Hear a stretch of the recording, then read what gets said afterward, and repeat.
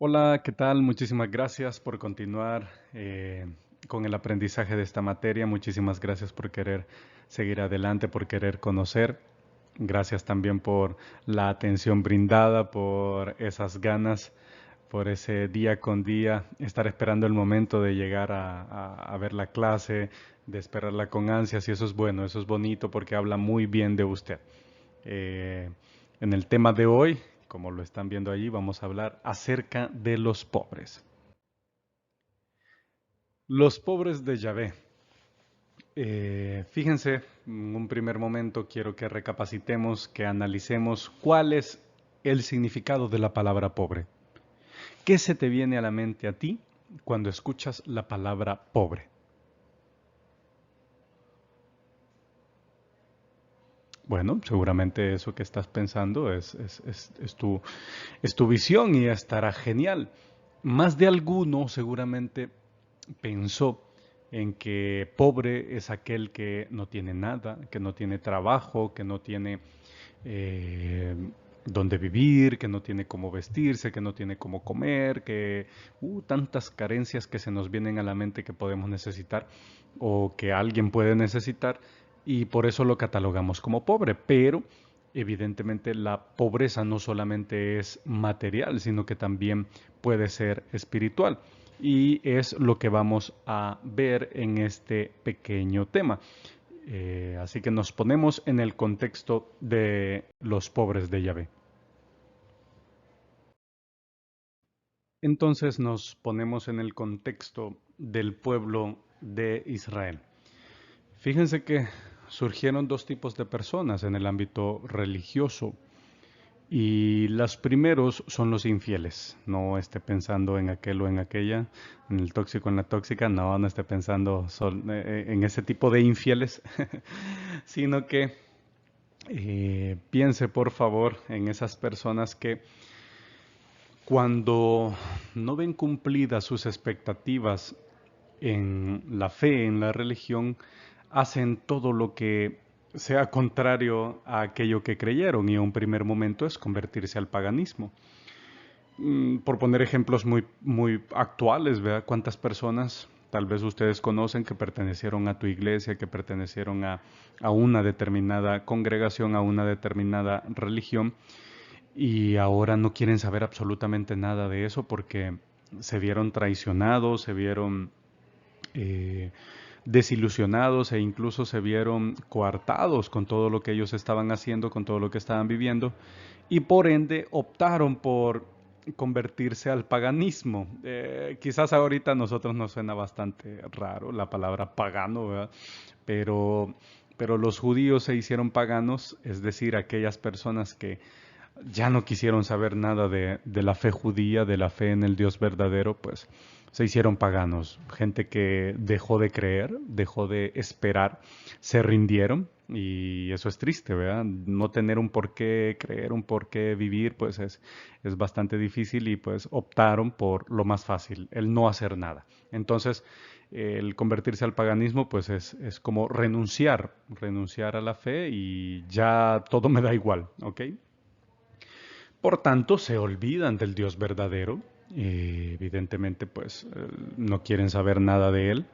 Es un resentimiento muy grande al haber sido tanto tiempo constantes en algo y ver que nunca se cumple. Eso cansa, eso estresa y llega al punto en el que tú ya te olvidas y lo que digo, ¿verdad? Te da igual, te da absolutamente igual. Incumplieron la alianza con Dios, la alianza que se trazó con Abraham, con Jacob, con Isaac, con Moisés, con Josué, toda esa tradición de pactos que se fueron actualizando a lo largo de la historia, pues estos judíos dijeron, no, yo ya no puedo más, yo ya no quiero más, no quiero saber absolutamente nada de esto, entonces se incumple ese pacto con Dios. Y evidentemente empezaron a rechazar a los profetas, que eran los que en estos momentos mantenían la fe del pueblo. Entonces no los escucharon, los empezaron a rechazar y ya los vieron como, este tipo es un payaso, ¿verdad? Porque No, todo lo que dices no se cumple y muchas veces nosotros somos así, muchas veces dejamos de creer porque no vemos los hechos y somos personas que necesitamos hechos para creer.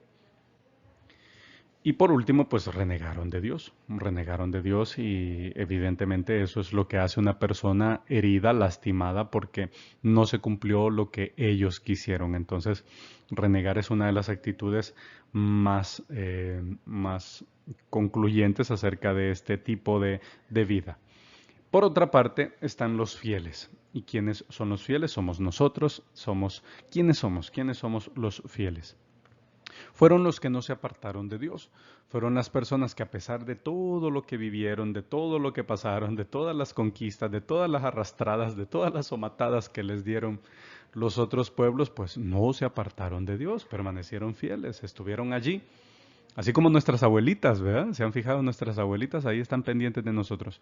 Hijo, desde tal fecha no vas a la iglesia. Hija, desde tal fecha no vas a la iglesia. Deberías ir, deberías de hacer esto, ¿verdad? Y uno dice, uy, abuela, si usted ya ni caminar puede, usted, pues sí, pero tiene una fe inquebrantable. Allí está. Pase lo que pase, vea lo que vea, hagan lo que hagan, los de adentro, los de afuera. Ahí está la viejita, creyendo y firme, ¿verdad? Entonces, algo así son los fieles, no se apartaron de Dios, a pesar de todas esas cosas que vivieron y sobre todo que experimentaron. Los profetas pues fueron sus guías, se mantuvieron firmes a esas enseñanzas, se mantuvieron firmes en el mensaje en el que les daban los profetas y evidentemente pues en algún momento iban a ver esas recompensas. Y pues son las personas que creyeron a pesar de todo. Ojo, aquí quiero hacer un paréntesis también porque, o sea, no es creer a ciegas. Muchas personas, una de las grandes críticas que nos hacen actualmente a los cristianos es esto, de que creemos a ciegas e incluso, perdonen por la palabra que voy a utilizar, pero incluso hasta nos llaman aleluyos, nos llaman tontos, ¿verdad? Porque estamos creyendo en algo que jamás va a pasar y nos empiezan a sacar en cara todas las cosas que esperamos y que no se cumplen. No sé si ustedes se recuerdan cuando pasamos lo de la pandemia, ¿vean? Mucha gente se burlaba en las redes sociales porque la sangre de Cristo no tiene poder, decían algunos posteos de algunos amigos, ¿verdad? Porque ¿dónde está tu Dios que no te ha salvado de esta plaga? ¿Dónde está tu Dios que se ha olvidado de ti? Y entonces, creer en Dios no solamente es esperar que solucione las cosas y que algún día me va a solucionar todo, ¿no? Creer en Dios es que a pesar de todo lo que estoy viviendo, yo voy a poner primero mi parte para que Dios también haga la suya. No es de solamente dejarle todo a Él, ¿verdad? Entonces, creer es sobre todo, pues, a pesar de todas las circunstancias adversas o malas que podamos tener, pues vamos a permanecer fieles a esa enseñanza, a esos mensajes. Y evidentemente estos fieles judíos pues eran los que esperaban al Mesías. Ya aquí la visión del Mesías, como bien lo sabemos, ya estaba bastante mala, ya los judíos tenían una confusión muy grande acerca de lo que iba a ser el Mesías y evidentemente pues algunos ya lo esperaban como un Mesías libertador político, ¿verdad? Que los iba a llegar a vengar de todo lo que había pasado, pero estos fieles no, ¿verdad? Esperan un Mesías que de verdad les dé la liberación que tanto anhelan. Y no solamente una liberación material, sino que también una liberación espiritual. Bien, entonces, ¿quiénes son los pobres de Yahvé? ¿A quiénes se les llama así? Pues fíjense que en el Antiguo Testamento el hebreo usa la palabra ani o anau para nombrar al pobre. Entonces, en plural, anawim significa los pobres de Dios. Son todas aquellas personas que confían tanto en Dios que ponen toda su existencia en Él. O sea, no necesariamente son personas que han perdido todo, que viven en la calle, eh, que evidentemente solamente existen porque Dios es grande, no solamente se refiere a eso, sino que son aquellas personas que definitivamente no esperan nada de este mundo, lo pueden tener absolutamente todo, pero no esperan nada de este mundo, sino que todo lo que quieren, todo lo que esperan lo dejan en manos de Dios y eso es saberte pobre porque no lo tienes a Él. Entonces, es una actitud bastante espiritual esto de la pobreza, ¿verdad? Los pobres de Dios son todos aquellos que esperan en Dios, creen en Dios, a pesar de tenerlo todo o de no tener nada. Entonces, esos son los pobres de Dios o los pobres de Yahvé. En un primer momento, como dijimos al inicio, pues son los que carecen de bienes materiales, las viudas, los huérfanos, las prostitutas, los publicanos, toda la clase despreciada, toda la clase mala, todas aquellas personas que no tienen ni siquiera el derecho de vivir en la cultura judía, porque ellos así lo ven, ellos así fueron de extremos, personas que no valían absolutamente para nada, pues ellos son los pobres, ellos eran los primeros necesitados de Dios, ¿verdad? Evidentemente, después de eso están los que esperan el cumplimiento de las promesas de Dios y ellos son los que se mantuvieron fieles, ¿verdad? El resto de Israel también se les conoce así, son sinónimos porque evidentemente ellos pues permanecieron fieles a la alianza y permanecieron fieles a ser el pueblo elegido.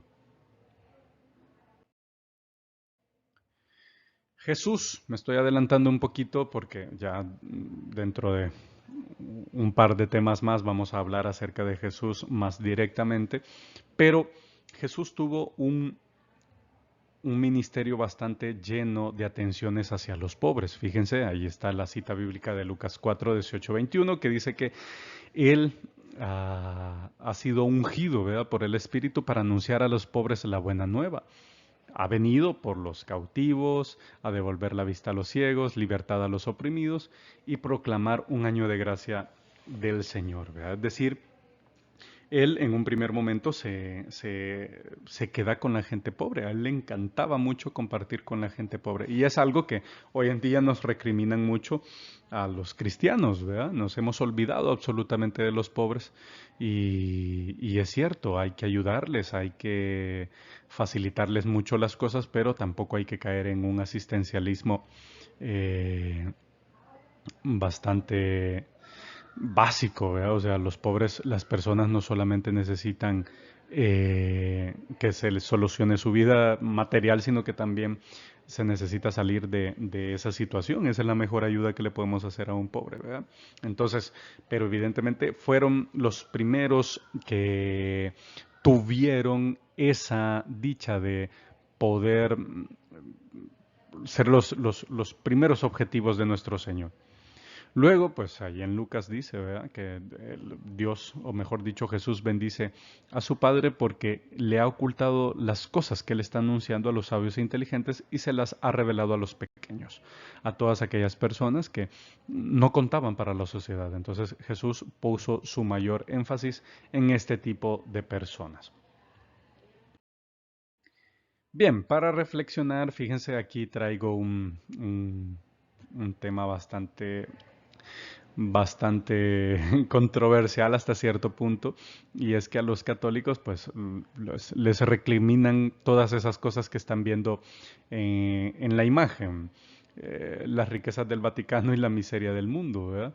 Eh, Se supone que dicen muchos, ¿verdad?, que con las cosas que tiene el Vaticano se podría acabar con el hambre en el mundo. Y es posible que sí, pero veamos un par de cosas al respecto. Fíjense que hubo una revista, la revista Fortuna, se llama así en español, en inglés Fortune, me parece que se dice así, no sé si estoy equivocado, pero algo así se pronuncia.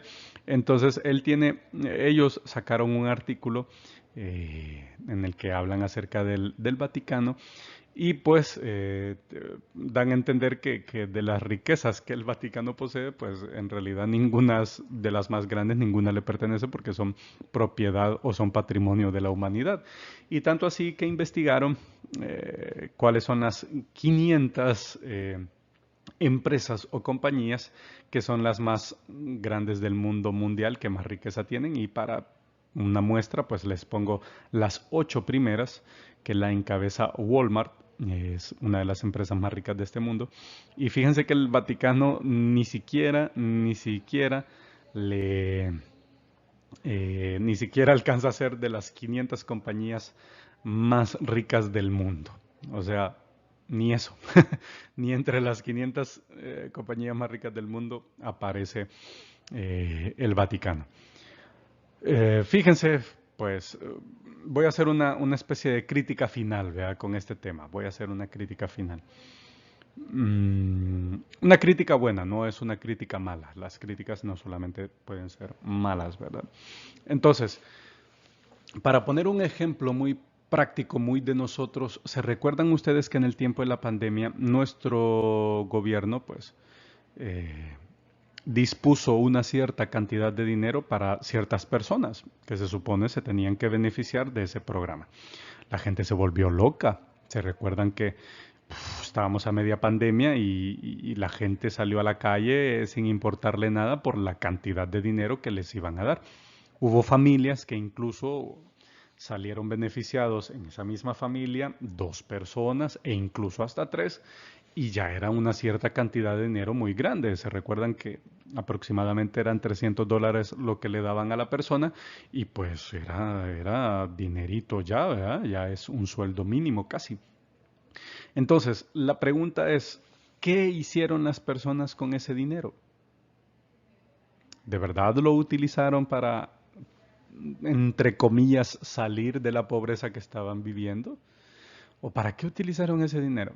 Fíjense, yo les pongo el caso. eh, Cerca de uno de los lugares que yo frecuento, pues había una familia que tanto la esposa como el esposo, es decir, el matrimonio, salieron beneficiados con los $300. Cada uno, o sea que entre los dos lograron juntar $600. ¿Qué creen que hicieron con ese dinero? Cada uno se compró un celular nuevo. Yo me quedé, men, o sea, tenés la posibilidad de subsistir estos meses, aunque sea si lo puedes administrar bien, puedes optar a comer bien, a comer mejor, a incluso hasta pagar una especie de deuda que tal vez posiblemente tengas, pero utilizaron para comprar un teléfono nuevo y súper felices que tenían un teléfono nuevo en plena pandemia. Y yo digo, o sea, si el Vaticano o cualquier empresa llegara a los países más pobres y nos dieran una cantidad considerable de dinero, ¿ustedes creen que de verdad lo vamos a utilizar para salir de nuestra pobreza o simple y sencillamente vamos a ser consumidores del sistema? Yo me inclino más por la segunda. No tenemos una educación financiera, no tenemos algo que nos permita organizar nuestras finanzas. Como decimos en el buen salvadoreño, coyó el quebrado, coyó el comido. Si el Vaticano vendiera todas sus posesiones y lo repartiera a los pobres, les apuesto que una minoría saldría de la pobreza. ¿Para qué lo ocuparían los demás? Para cualquier cosa menos para salir adelante. A los 2, 3 días que se les acabe el dinero, seguirán siendo pobres. ¿Y de qué habrá servido eh, haber gastado todo? Pues nada. Entonces, ojo, lo que estoy diciendo es esto. A un pobre se le ayuda, sí, se le ayuda de muchas formas, con dinero, con productos, con cosas, pero lo mejor que se tiene que hacer por un pobre es intentar ayudarle a salir de esa pobreza material y espiritual. ¿Qué pasa cuando hay un bolito, perdón por poner el ejemplo así, pues por decirlo directamente, pero un bolito, ¿verdad? Si él te pide dinero, te dice, no, es que necesito para comer. Y tú dices, ¿será que de verdad es para comer? ¿Será que no lo va a ocupar para otro trago? Entonces ahí te entra la duda, ¿verdad? ¿Qué se puede hacer por este bolito? ¿Darle comida? Sí, darle de una sola vez la comida. Mira, viejito, aquí está tu plato de comida, comételo. Dale. Pero también salgamos de aquí. No solamente es alimentarle el vicio, sino que es sacarlo de esa pobreza espiritual, existencial, humana que puede tener esa persona, ¿verdad? Y así muchos casos que pueden ser, ¿verdad? Nosotros trabajamos y encontraremos en nuestras empresas gente que tiene una pobreza existencial bien yuca, ¿verdad? Gente que vive solamente para el trabajo, que vive sin recibir un reconocimiento, sin recibir ni siquiera un gracias, ¿verdad? Y bueno, ejemplos podríamos poner un montón, ¿verdad? Pero pienso yo que queda claro este tema. Muchísimas gracias nuevamente por estar aquí, por llegar hasta este momento. Ojalá que este tema, que fue más reflexivo que otra cosa, pues les haya ayudado, ¿verdad? No solamente somos pobres por no tener dinero, sino que somos pobres en muchos ámbitos, ¿verdad? Hay ricos que siendo ricos son los más pobres, los más desgraciados de este mundo, porque teniéndolo todo no tienen nada. Y hay gente que aún teniendo nada son ricos, ¿verdad? Si se fijan, la gente que menos tiene es la que más da. Y es así, sobre todo en el campo, ¿verdad? Cuánta gente que se quita el bocado de la boca por dárselo a alguien más, por compartir, ¿verdad? Así que, de verdad, que este tema les haya ayudado, sobre todo para reflexionar qué tipo de pobrezas podemos tener y ojalá que no tengamos ninguna, ¿verdad? Ni material ni espiritual, sino que de verdad seamos ricos en existencia humana, ricos en fe y pues, ¿por qué no? Ser ricos económicamente, ¿verdad? Que algún día ojalá lo logremos. Así que de verdad les deseo lo mejor y muchísimas gracias por haber llegado hasta aquí. Nos escucharemos a la próxima.